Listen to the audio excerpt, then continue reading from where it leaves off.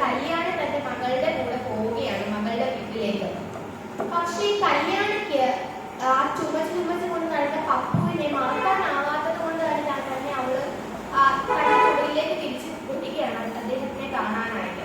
അപ്പൊ വരുന്ന സമയത്ത് രാത്രിയുടെ ഇരുട്ടിലേക്ക് ചുമ ഉയർത്തിക്കൊണ്ട് പപ്പു മറയുകയാണ്. ഇതാണ് പി കേശവദേവൻ നോവലിന്റെ അവസാനം പറയുന്നത്, നിശയുടെ ഇരുട്ടിലേക്ക് ചുമ ഉയർത്തിക്കൊണ്ട് അദ്ദേഹം മായുന്നു എന്ന്. അപ്പം ഈ കഥ വായിച്ചു കഴിയുമ്പോൾ ഉറപ്പായിട്ടും ആ വായിക്കുന്ന ആളുടെ കണ്ണ് ഒന്ന് നനഞ്ഞിട്ടുണ്ടാവും. ഇത് എന്റെ അനുഭവമാണ്.